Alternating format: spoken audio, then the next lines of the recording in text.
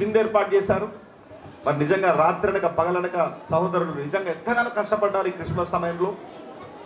అందరము ఆశీర్వాదాలతో ఈ స్థలం నుంచి వెళ్దాం మనం. ఆమేన్, హల్లెలూయా. అందరు రెండు చేతులెత్తి హల్లెలూయా చెప్దాం యేసయ్యకి.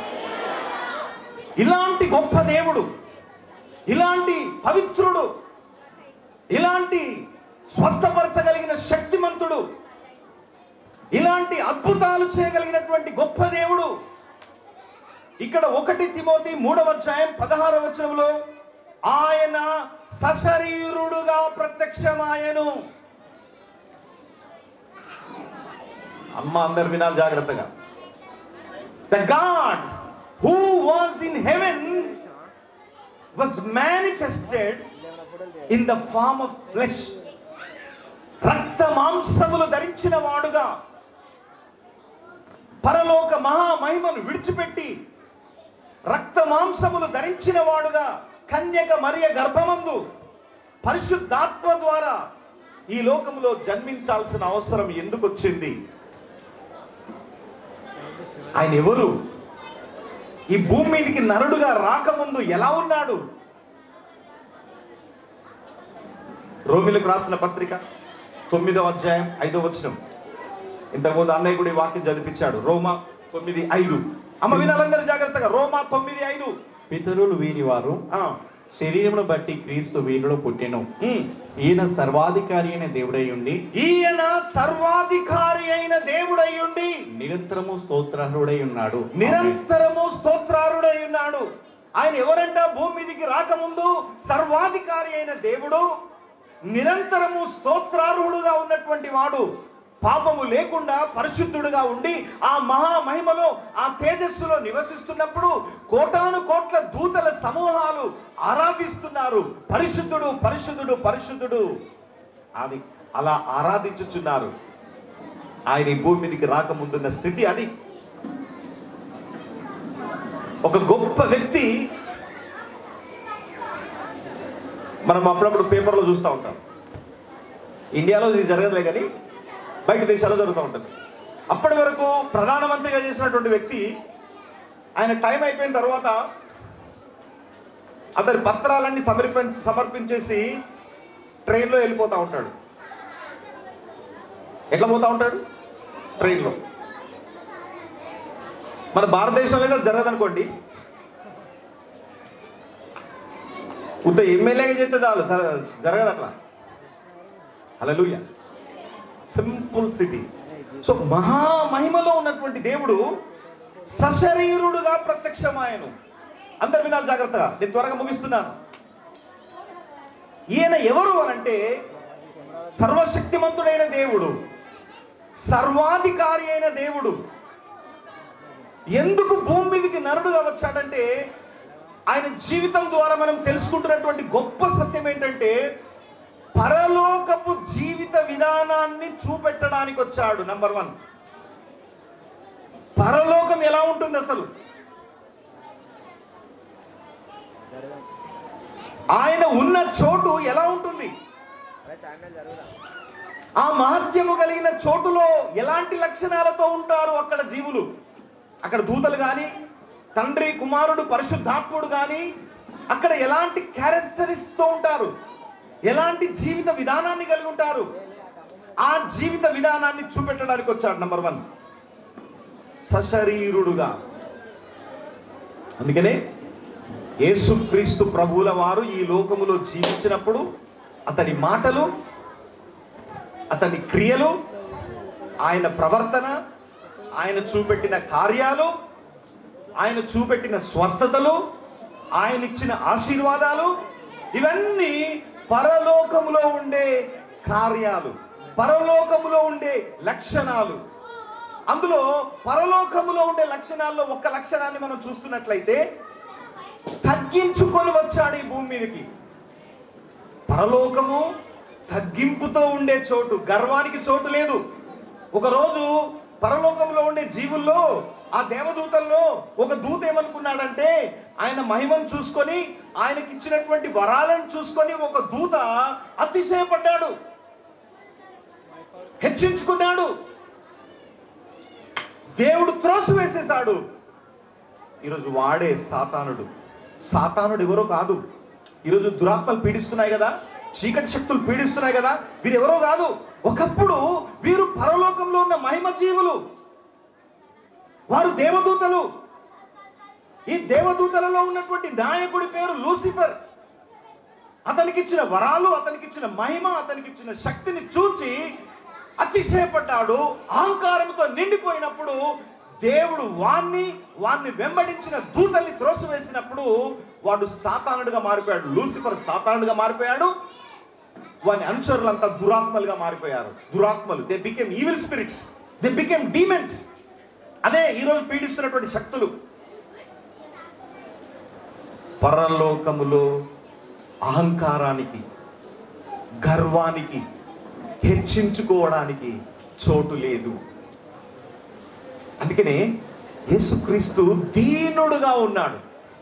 మీరు యేసుక్రీస్తు జీవితాన్ని చూడండి. పుట్టిన దగ్గర నుంచి సిలువ కొయ్యలో వ్రేలాడుతున్నటువంటి జీవితాన్ని చూడండి. ఎక్కడా యేసు ప్రభు హెచ్చించుకోలేదు. ఆయనను ఒక రోజు ఆయన చేసే అద్భుతాలను చూసి ఆయనను రాజుగా చేద్దామని వచ్చారంట. వస్తే అక్కడి నుంచి పారిపోయాడు, వాళ్ళ మధ్యలో నుంచి వెళ్ళిపోయాడు, వాళ్ళ మధ్యలో నుంచి. అంత రెండు చేతులలో చెప్తాం. ఎంత దీనాతి దీనుడుగా యేసు ప్రభు ఈ లోకంలో జన్మించాడు. పశువుల శాలలో జన్మించాడు. ఈరోజు పరలోకము యొక్క జీవితాన్ని, పరలోకము యొక్క స్వభావాన్ని యేసుక్రీస్తు చూపెడుతున్నాడు. తగ్గింపు. రెండవది క్షమాపణ, క్షమిస్తున్నాడు. యేసుక్రీస్తు జీవితంలో ఎక్కడ క్షమించకుండా, ఎక్కడ ద్వేషంతో నడిచినట్టుగా ఆధారం లేదు. అందరు వినాలమ్మా జాగ్రత్తగా.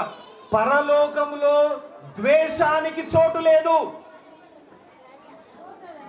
క్షమించరాని మనసుకు చోటు లేదు. ఈరోజు ప్రతి మనిషిని కెలగించి చూడండి. ఎక్కడో ఒక ఫైల్ ఉంటుంది అడుగుల, ఎవరో ఒకరి మీద ఉన్నాయా ఫైళ్ళు. కొంతమందికి అయితే మెట్టలు ఉన్నాయి, మేట కట్టిపోయినాయి ఫైల్స్ ఉంటాయి, ఫోల్డర్స్. ఒక ఫోల్డర్ ఒకరి పేరు మీద, ఒక ఫోల్డర్ ఒకరి పేరు మీద. కొంతమందికి ఏమో భార్య పేరు మీదనే ఉంటుంది వీనికి ఫైలు, వాడు భార్యను కూడా క్షమించడు. కొంతమందికి భర్త పేరు మీద ఉంటుంది ఫైల్, భర్తను కూడా క్షమించడు. కొంతమంది అక్క చెల్లెల మీద ఉంటుంది, అన్నదమ్ముల మీద ఉంటుంది. ప్రియమైన దేవుని బిడ్డ, యేసు ఎక్కడ క్షమించకుండా లేడు. ఎంత ఘోర పాపినైనా క్షమించాడు. చెప్పగలుగుతున్నాయి. ఒక రోజైతే వినండి, ఒక రోజైతే ఒక స్త్రీని పట్టుకొని వ్యభిచారంలో పట్టబడింది. మోసే ధర్మశాస్త్రం ప్రకారంగా ఈమెను రాళ్లతో కొట్టి చంపాలి కదా. మరి నువ్వేం చెప్తావు? What do you say? ఆ దేశంలో ఒక గొప్ప మాట అన్నాడు, సురుకంటిచ్చిండు వాళ్ళకి. మీలో పాపం లేనోడు వచ్చి ముందట ఆమె మీద రాయేయండి అన్నాడు. హల్లెలూయా. ఎవ్వరూ వేయలేకపోతున్నారు. అంటే వీళ్ళలో పాపం పెట్టుకుంటాడంట, కానీ ఇతరుల మీద మాత్రం నిందేస్తాడంట. అయితే ఆ ఆమెను అడుగుతున్నాడు, అమ్మా వారిని నేను ఏం చేయలేదా? ఆమె గజగజ వణుకుతా ఉంది. ఆమె నన్ను ఏం చేయలేదు. అయితే యేసు ఒక గొప్ప మాట అంటాడు, నేను కూడా ఏం చేయను అన్నాడు. అంటే అర్థమేంటిది? నేను పాపరహితుణ్ణి, నిన్ను రాళ్లతో కొట్టి చంపే శక్తి, అధికారం, హక్కు, ఆ యోగ్యత నాకుంది, కానీ నేను కూడా నిన్నేమి చెయ్యను అన్నాడు అక్కడ. హల్లెలూయా. నీ పాపములను నేను క్షమిస్తున్నాను, ఇక నుండి పాపం చేయకుండా సమాధానంగా జీవించు బిడ్డ అన్నాడు. హల్లెలూయా. ఇంకేమన్నాడు తెలుసా? ఆమెని అమ్మా అని సంబోధించాడు. చెప్పండి, ఏమన్నాడు? అమ్మా. యేసుక్రీస్తు సిలువలో మేకులు కొడుతుంటే, తండ్రి వీరు ఏం చేస్తున్నారో వీరు ఎరగరు కనుక క్షమించు అన్నాడు. ఏంటిది? ఈ క్యారెక్టరిస్టిక్స్ అన్ని కూడా ఎక్కడి నుంచి వచ్చాయి? ఎక్కడుంటాయి? ఇవన్నీ పరలోకంలో ఉంటాయి.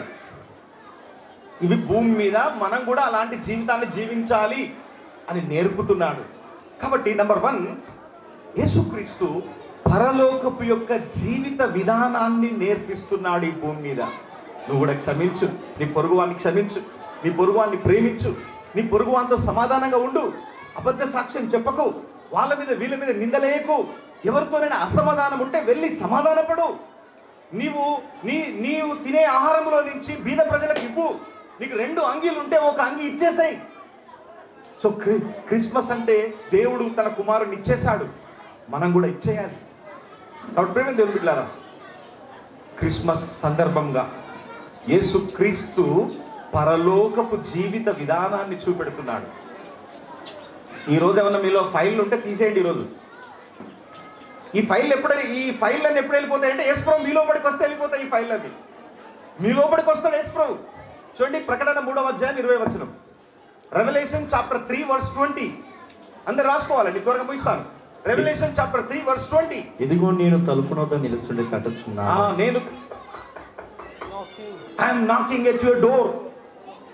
నేను తలుపు దగ్గర నిలబడి తట్టుచున్నాను. ఎవడైనను నా స్వరం విని తలుపు తీసిన ఎడల నేను అతని యొద్దకు వచ్చి అతనితో నేనును నాతో కూడా అతడును భోజనము చేయుదుము. అంటే సంభాషణ మొదలైతుంది మాది. భోజనం చేస్తాము. భోజనం చేసినప్పుడు ఏం చేస్తారు చెప్పండి? మాట్లాడతారు. కొంతమంది మాట్లాడడానికే భోజనం చేస్తారు. అందుకనే హోటల్లో టైం పెట్టారు. ఆ పలానా టైంలో మనం కూర్చొని మాట్లాడుకుందాం. ఓకే, యేసు ప్రభు కూడా నీతో పాటు భోజనం చేస్తున్నాడు అంటే నీతో పాటు కూర్చుంటున్నాడు, నీ లోపలికి వస్తున్నాడు, నీలో ఉన్న ఒక్కొక్క ఫైల్ గురించి మాట్లాడుతున్నాడు. ఇదేం చేసినావు బిడ్డ, వాళ్ళ గురించి ఏం చేసినావు బిడ్డ, వాళ్ళ దగ్గర డబ్బులు అడుక్కొచ్చినావు కదా, మరి ఇచ్చేసినావా? ఇయ్యలేదేసయ్యా, మరి ఇచ్చేయిపోయి. ప్రైజ్ ది లార్డ్, హల్లెలూయా. మరి ఆ వ్యక్తి మీద నువ్వు ఎందుకు ద్వేషం పెట్టుకున్నావు? క్షమించేసేయి. నేను క్షమించా, నేను ఎవరైనా క్షమిస్తా కానీ వీళ్ళని మాత్రం క్షమించా అని మనం అంటాం. క్షమించవా? క్షమించు బిడ్డ. పరలోకంలో క్షమించరాని జీవితానికి స్థలము లేదు. నువ్వు నా దగ్గరికి రావాలి కదా. నీవు నా దగ్గరికి రావాలంటే నువ్వు కూడా క్షమించే వ్యక్తిగా అవుతావు. నిజమైన క్రిస్మస్ అంటే యేసు మనలోనికి వచ్చి మన పాత ఫైళ్ళన్నీ క్లీన్ చేస్తా ఉన్నాడు. చెప్పలు కూడా భయపడదాం. హల్లెలూయా. ఇంకా అట్లే ఫైల్ పెట్టుకొని వచ్చినావా? నువ్వు క్రిస్మస్ చేయట్లే. మాంగళ్య షాపులో పోయి కొత్త బట్టలు కొనుక్కున్నావు. కాసంపుల్లే వస్త్రాలయంలోకి పోయి కొత్త బట్టలు తెచ్చుకున్నావు. గంతే. మంచిగా బిర్యానీ వండుకున్నావు, పిండి వంటలు చేసుకొని తిన్నావు, అంతవరకే. నిజమైన క్రిస్మస్ అంటే లోపల ఉన్న ఫైల్ అన్నీ క్లీన్ చేయడం. ఇప్పుడు ఎవరు అంటలేరు హల్లెలూయా. వద్దు, నేను మాత్రం ఇట్లనే ఉంటా, బట్టలు మార్చుకుంటా కానీ నా బ్రతుకును మార్చుకోను. నువ్వెవరైనా సరే, the Christ will come in to your life and he will wash all your old files and data. నీ లోపడున్న డాటా ఫైల్స్ అన్ని క్లీన్ చేసి పడేస్తాడు. చెప్పలేదు మ్యాపర్సా.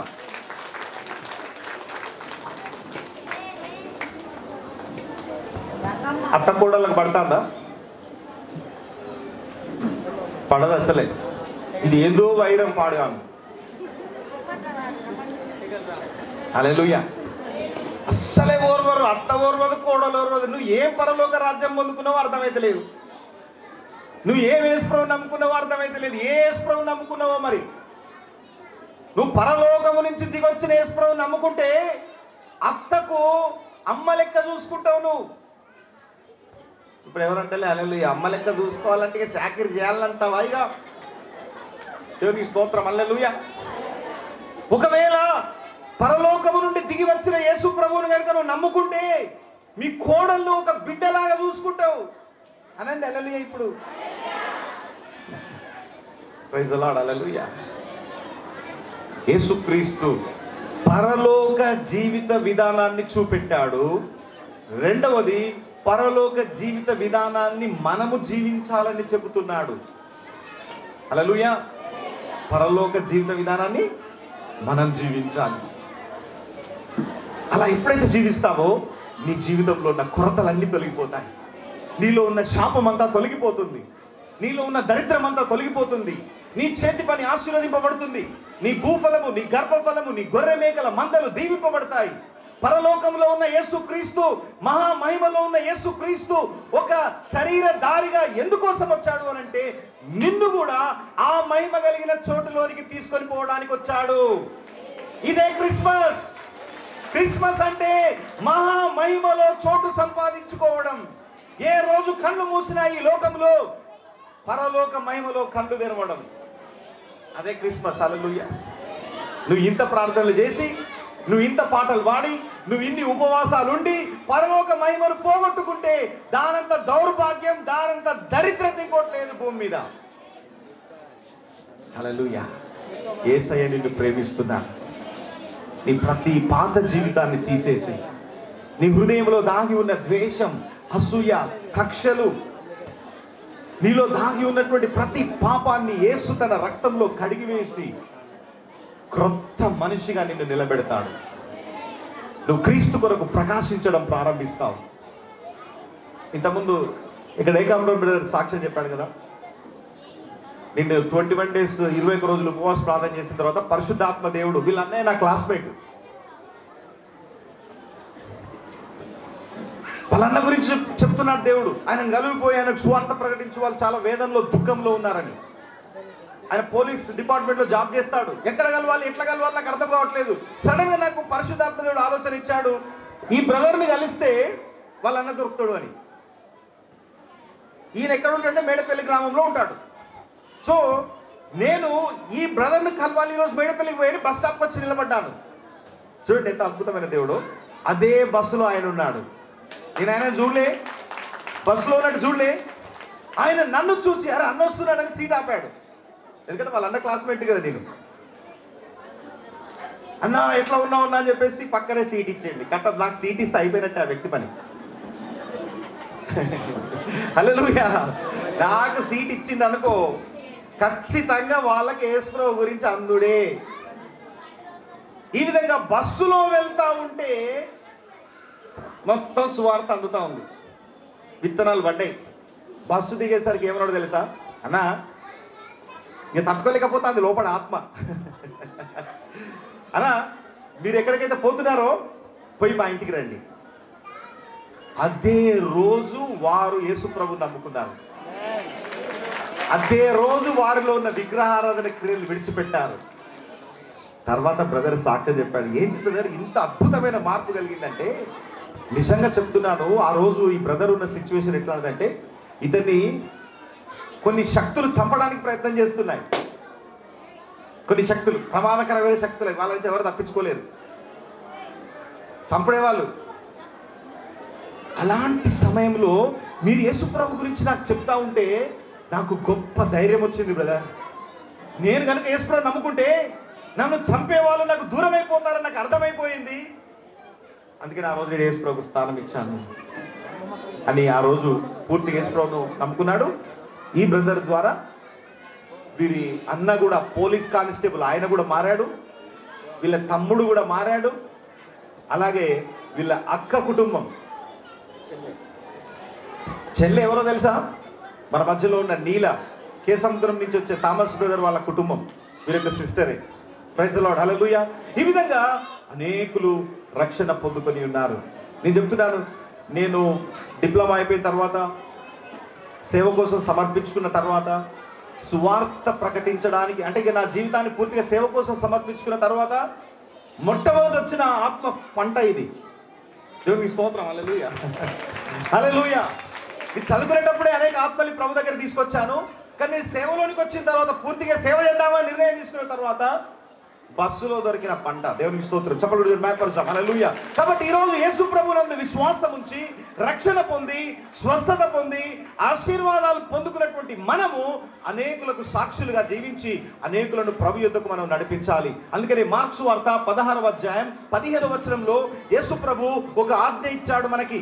ఏమని ఆజ్ఞ ఇచ్చాడో చదివి ప్రార్థన చేసుకొని మనం కేక్ కట్ చేసుకొని మంచి విందులోనికి మనం వెళ్దాం. మరియు మీరు సర్వలోకమునకు వెళ్ళి సర్వ సృష్టికి సువార్తను ప్రకటించుడి. హల్లెలూయా. సర్వలోకానికి వెళ్ళి సర్వ సృష్టికి సువార్తను ప్రకటించండి. నేను మీకు ఏమేమి అద్భుతాలు చేశాను, ఏమేమి మేలు చేశాను, ఏ విధంగా నా ప్రాణాన్ని మీకోసం దారపోసి చనిపోయి తిరిగి లేచాను, ఈ సత్య సువార్తను సకల సృష్టికి వెళ్ళి మీరు సువార్త ప్రకటించండి. వెళ్ళి సువార్త ప్రకటించు అంటే మనం ఎవరు వెళ్తలేము. కానీ 2021లో దేవుడు అనేకులను నడిపించబోతున్నారు. అనేక దేశాలకే నడిపించబోతున్నాడు. మీరు సాక్ష్యాలు వినబోతున్నారు. అనేక ప్రాంతాల్లోనికి వెళ్ళి అనేకులకు సువార్త ప్రకటించి చీకట్లో నశించిపోతూ అశాంతితో ఉన్నటువంటి వారిని ప్రభువులోనికి మీరు నడిపించబోతున్నారు. దేవుడు అలాంటి కృప మీకు అనుగ్రహించును గాక. ఈ క్రిస్మస్ సందర్భంగా మీ అందరి మీద యేసుక్రీస్తు నామములో సమృద్ధి అయిన ఆశీర్వాదాలను విడుదల చేస్తున్నాను. పెళ్లి కాకుండా ఎంతమంది అయితే ఎదురు చూస్తున్నారో మంచి వివాహాలను దేవుడు జరిగించబోతున్నాడు. అలాగే ఎవరైతే గృహాలు కట్టుకోవాలని ఆశపడుతున్నారో వారికి మంచి గృహాలను దేవుడు ఇవ్వబోతున్నాడు. ఇంకా కొంతమంది కార్లు కొనుక్కోవాలని ఆశపడుతున్నారు, కొంతమంది బైక్స్ కొనుక్కోవాలని ఆశపడుతున్నారు. వారికి దేవుడు యేసు నామములో మంచి వాహనాలను మీకు ఇవ్వబోతున్నాడు. ఎవరికైతే ఉన్నదో వాళ్ళకు కొనుక్కోవాలని ఆశ ఉన్న వాళ్ళకి ఇవ్వబోతున్నాడు. ఇల్లు కావాలన్న వాళ్ళకి ఇవ్వబోతున్నాడు. వివాహం కావాలి అన్న వాళ్ళకి వివాహం జరగబోతోంది. ఇక్కడ ఎలియాజర్ బ్రదర్ ఉన్నాడు. వచ్చే సంవత్సరం వరకు ఆయన భార్యతో వచ్చి ఇక్కడ కూర్చుంటాడు. దేవునికి స్తోత్రం. అలా ఇది ప్రాఫెసీ. దేవునికి స్తోత్రం. హల్లెలూయా. చాలా మంది ఆ విధంగా బ్యాచిలర్స్ గా ఉన్నటువంటి వారు ఏకాంగులను సంసారులుగా చేయబోతున్నాడు. సో ద 2021 అనే సంవత్సరము గొప్ప సంవత్సరముగా దేవుడు మీకు ఇవ్వబోతున్నాడు. మీరు ఊహించిన దానికంటే, మీరు అడిగిన దానికంటే అత్యధికమైన కార్యాలు మీ కుటుంబాల్లో, మీ జీవితాల్లో దేవుడు చేయబోతున్నాడు. దేవుడి మాటలు దీవించును గాక. గట్టిగా చప్పట్లు కొట్టి యేసయ్యను మహిమపరుస్తాం. ప్రార్థన చేసుకుందాం ఒక్క నిమిషం. క్రిస్మస్ సందర్భంగా మొట్టమొదటిసారి నువ్వు చర్చికి రావచ్చు. ఈ రోజు నుండి ప్రభు సన్నిధిలో ప్రతి ఆదివారం దేవుని సన్నిధికి రండి. పండుగ క్రైస్తవులాగా ఉండొద్దు మనం. అమ్మ వింటున్నారా? నేను చెప్పే మాట చాలా జాగ్రత్త వినాల. పండుగకే చర్చికి పోవడం కాదు, ప్రతి వారం దేవుని సన్నిధికి రావాలా. మన ప్రతి సంఘములో జరిగే ప్రతి కార్యక్రమంలో పాల్గొనాలి. సంఘ క్షేమాభివృద్ధి కోసం పాటుపడాలి. అనేకులకు మనం సువార్తను ప్రకటించి యేసయ్య రెండవ రాకడ కొరకు మనం సిద్ధంగా ఉండాలి. ఇంకో విషయం చెప్తున్నాను. పరిశుద్ధాత్మ దేవుడు నాకు బయలుపరిచిన విషయం చెప్తున్నాను. బ్రదర్ ఒకటే నిమిషం. ఇప్పుడు కరోనా వచ్చింది, తెగులు. అయితే బైబిల్ వాక్యం చెప్తా ఉంది ఈ అంచె దినాల్లో అనేక తెగులు రాబోతున్నాయని. ఇప్పుడు కరోనా వచ్చింది కదా, రేపు ఇంకోటి వస్తుంది, మరోనా వస్తుంది, ఇంకేదేదో వస్తుంది.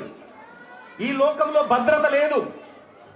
నువ్వు అనుకుంటున్నావు నాకు బలం ఉంది, శక్తి ఉంది, జ్ఞానం ఉంది, తెలివి ఉంది, బలం ఉంది, నా ఇష్టానుసారంగా జీవిస్తానని. జాగ్రత్త.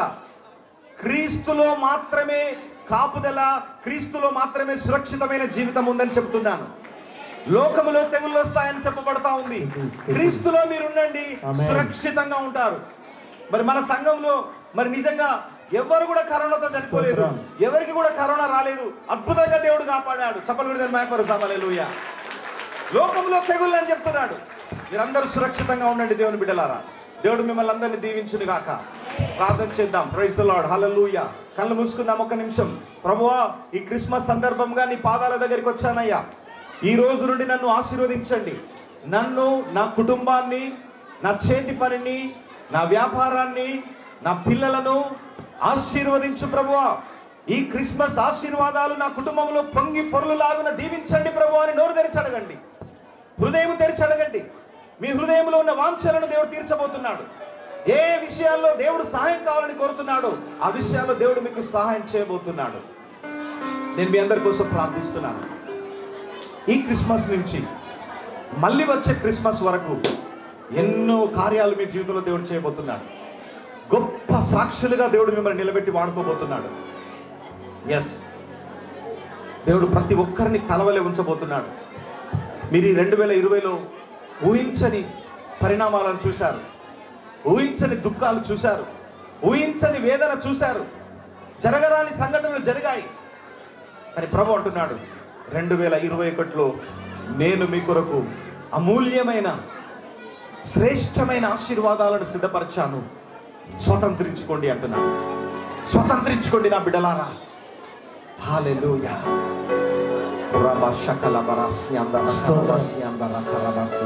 ప్రేమగల మా పరలోకపు తండ్రి,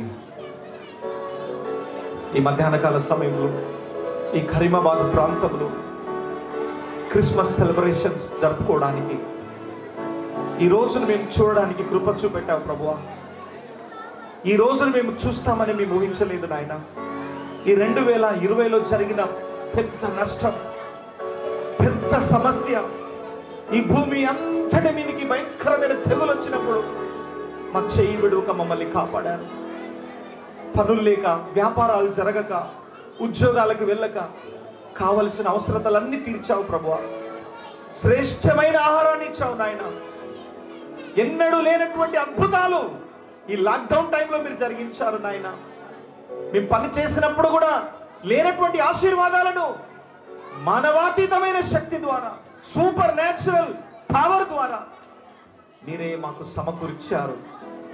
రాబోయే 2021 సంవత్సరం ఎలా ఉంటుందో మాకు తెలియదు కానీ, లోకములో ఎలాంటి సంఘటనలు జరుగుతాయో మాకు తెలియదు కానీ, క్రీస్తులో ఉన్నవాడు సురక్షితంగా ఉంటాడని చెప్తున్నారు.